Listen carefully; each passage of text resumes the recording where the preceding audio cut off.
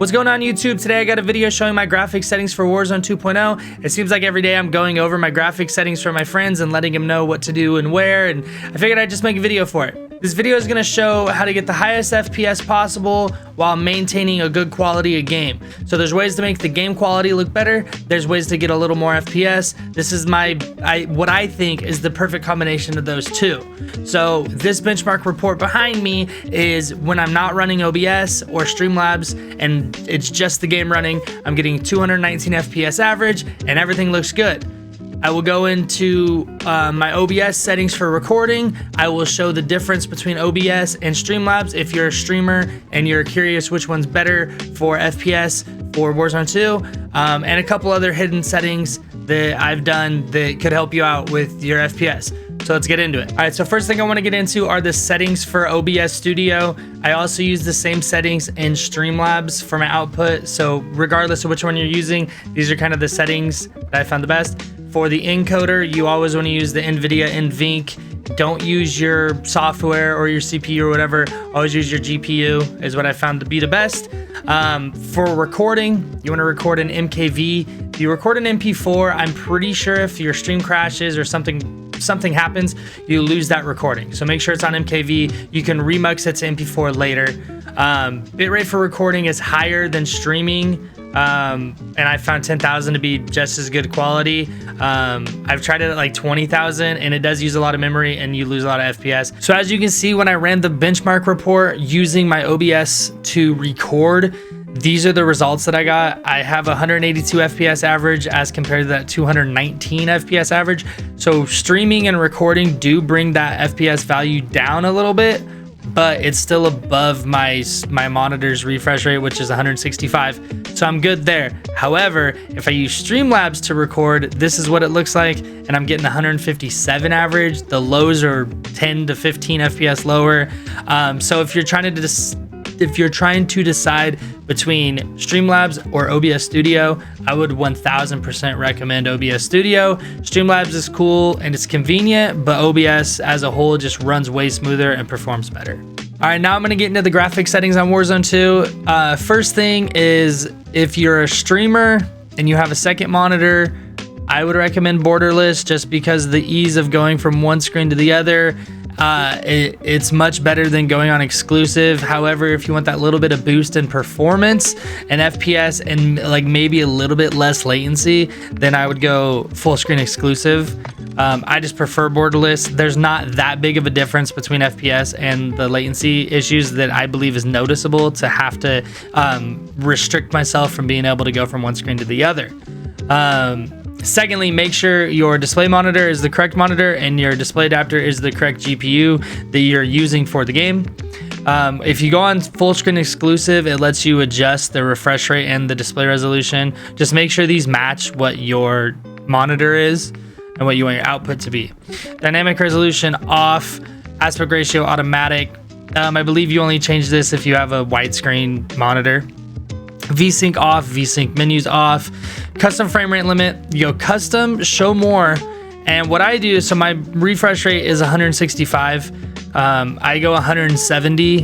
And then for the menu, I go 70. Most people do 60 here. It doesn't matter, just as long as you can keep things moving. And then out of focus, custom frame rate limit is if I go over to my other monitor, it changes to 30. So I change to 30. That's the only difference there.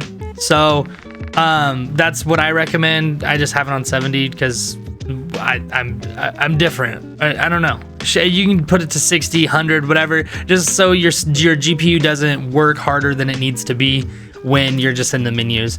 But as far as gameplay custom frame rate limit, I would put it to either what your lows are on the benchmark. So like my benchmark, the low was like 137. So when I actually play and stream and record all at the same time, I'll probably bump this to like 140, but I'll leave it at 170 for now, just when I'm recording, because it usually stays at 165, but it'll give it that little bit extra so it doesn't try so hard to stay like right at 165. Or you can just say custom and go to 300 and hope for the best and just don't limit it. but running it as unlimited I wouldn't recommend, because then your menu and your out of focus frame rate are going to be working way too hard and your GPU is just going to stay hot. These are automatic. Display gamma 2.2, brightness I have mine set to 60, and then constrain mouse game window doesn't matter. So then we'll move on to quality. So one of the most important things for quality is the render resolution. You want it to match what your monitor is, but this also needs to be 100. I've seen some circumstances where this is 1920 by 1080, but then this is like 150 or whatever, but it doesn't change, right? So you want this to be 100 and you want the left side value to match that. So that's where that's at. Upscaling, sharpening, fidelity, FX cast seems to be the one that works the best for everybody. If you have a 4090 or just like a 40 series GPU, I've seen where you want to go and use NVIDIA image scaling because fidelity doesn't work. Show more, I go 90. I've seen a lot of people go 100. It's preference. It's however much you want it to be working. 90 seems to look really good for me. Anti-aliasing, Filmic SMAA T2X looks a lot better for me than the non-Filmic, and then I just put it to low. Video memory scale, so I set to 80. You can max this all the way out if you want. The reason I set this to 80 is because Modern Warfare 2 is using 2300 VRAM out of 10,000, so that's about what, 25%, we'll say. So it's 25% of my total VRAM is just for Modern Warfare 2. But my other apps are using 1200. So that's like if I have my browser open, OBS.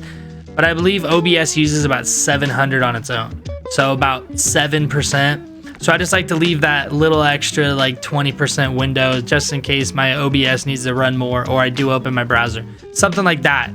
It just gives it that little extra leeway. So it doesn't have hitches or all these other things that it talks about. All right, now to the important part. So first things first, if this bar below you is like above like 3000 right here, then you probably got your settings too high. If your number over here is over like 12,000 and you just have some crazy good GPU with a ton of VRAM, you could probably use a little bit better settings than what I'm going to show you. However, sweet spot is like the low 2000s right here. So texture resolution, low. I have friends that play on very low. They don't notice a difference. I play on low. Normal looks better, but it uses a ton more VRAM. It's your choice how good you want the game to look. You're going to lose frames though. I would recommend low, low, low, low, short, low. I have this on normal because it doesn't affect your FPS at all. So a little bit better particle quality level. Bullet sprays off, persistent damage layers off. You can leave this on. It's just up to you if you want to see those extra visual effects. They don't have any effect on VRAM. It says that they do. I don't think they actually do. Shader quality low, tessellation off. This one I set to max, but then it sets the default and has nothing there every time I come back to look, so it doesn't matter. On-demand texture streaming off. Streaming quality normal. You can set this to low, but I would leave it normal because Al Mazrah is such a big map that leaving it on low, it won't load stuff from far away. So just to have it staying loaded and everything rendering, I would leave it at normal. Low, deferred physics quality. This is for water, so you can set it to low or off.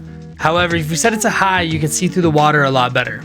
So with how OP water is in this game, I would suggest putting this to high. Water caustics off. I'm still working on this. It might need to be turned on because I spend a lot of time in the water. That's just me though. Very low, off, low, spot cache, medium. Particle lighting, again, doesn't have a big effect on FPS, so I put it at normal, just have a little bit better lighting. Ambient occlusion, off. Screen space reflections, off. Static reflection quality, low. Weather grid volumes, off. So you'll notice for the most part that everything is set to low or off, except for a few things I set to medium or normal, just for preference to make the game look a little bit better without losing any FPS. When it comes to NVIDIA reflex low latency, this is where it kind of depends on what your setup is. So basically the quickest way to go about it is, if you don't know if your CPU or GPU are better or they are equal in terms of like quality and performance, you want to set it to off.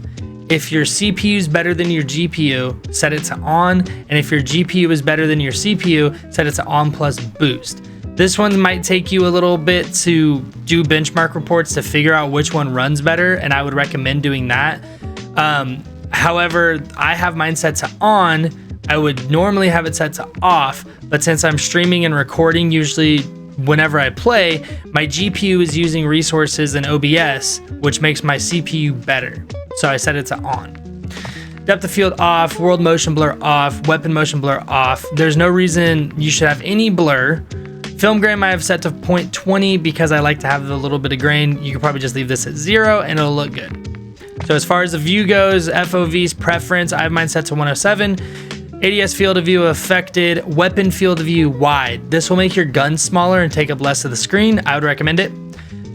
Third person field of view is preference. Vehicle field of view, I have it set to default. I haven't really played around with this at all. Camera movement least. This is probably the most important thing. I have friends that are on 100% and they're like, why is my game shaking so much? It's because you have camera movement on for no reason. There's no reason to have camera movement or blur on for any reason whatsoever. And then default spectator camera, game perspective. If you have it on helmet camera, you're gonna be looking at your teammate's helmet anytime you die, and that just gets annoying. All right, so after you're done with the graphic settings, you're gonna wanna go over to interface, and you will see color customization. Set this to filter 2, both 100. It's gonna make the game pop a little more. If you wanna adjust your interface colors, you can, but filter 2 looks way better than no filter. So a couple other things, minimap I set to square. I think this is very important. You see more of the map if you didn't know that already. Telemetry set to custom, and you could change these values. So I have my FPS, latency, packet loss, and GPU temperature in the top. You can set pretty much anything you want up in here. Skip introduction movie on. Is there anything else in here? Oh, parallax effects turn off.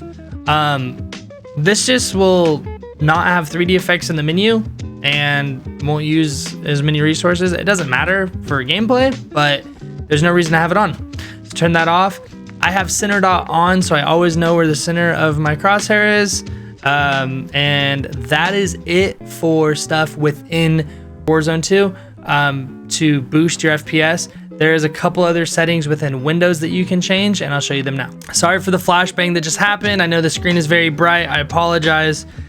So the first thing you want to do is go to type to search, type in game mode. It's going to pop up your game mode settings. You want to turn this on. Warzone 1, you wanted this off. Warzone 2, you want it on. So that's how that goes. As far as captures and Xbox game bar goes, if you're using OBS Studio or Streamlabs to record and capture gameplay, there's no point in having any of these on. So I just turn all these off. The second thing you're going to want to do is type in background apps in the bottom left corner. It's going to pop this up. Let apps run in background off. There's no reason to run any of these apps in the background, and that'll make your game run a whole lot better. All right, and probably the last thing is power and sleep settings. So just type in power in bottom left, get into power sleep. You got additional power settings, and there is I'm pretty sure like 2 years ago I put in a command to get ultimate performance to pop up here. I have my preferred plan on my power plan set to ultimate performance. If you have high performance available, just go with that. So these are all the settings and everything within Warzone 2 and OBS and Streamlabs and a couple of Windows settings that I use to make my game run smooth and look as good as it can. Hopefully it helped. If it did, please drop a like. Please subscribe to the channel. If you want a video of me showing my NVIDIA control panel and those settings within there, I could also do that. Just let me know in the comments down below. And thank you for watching, and have a good rest of your day.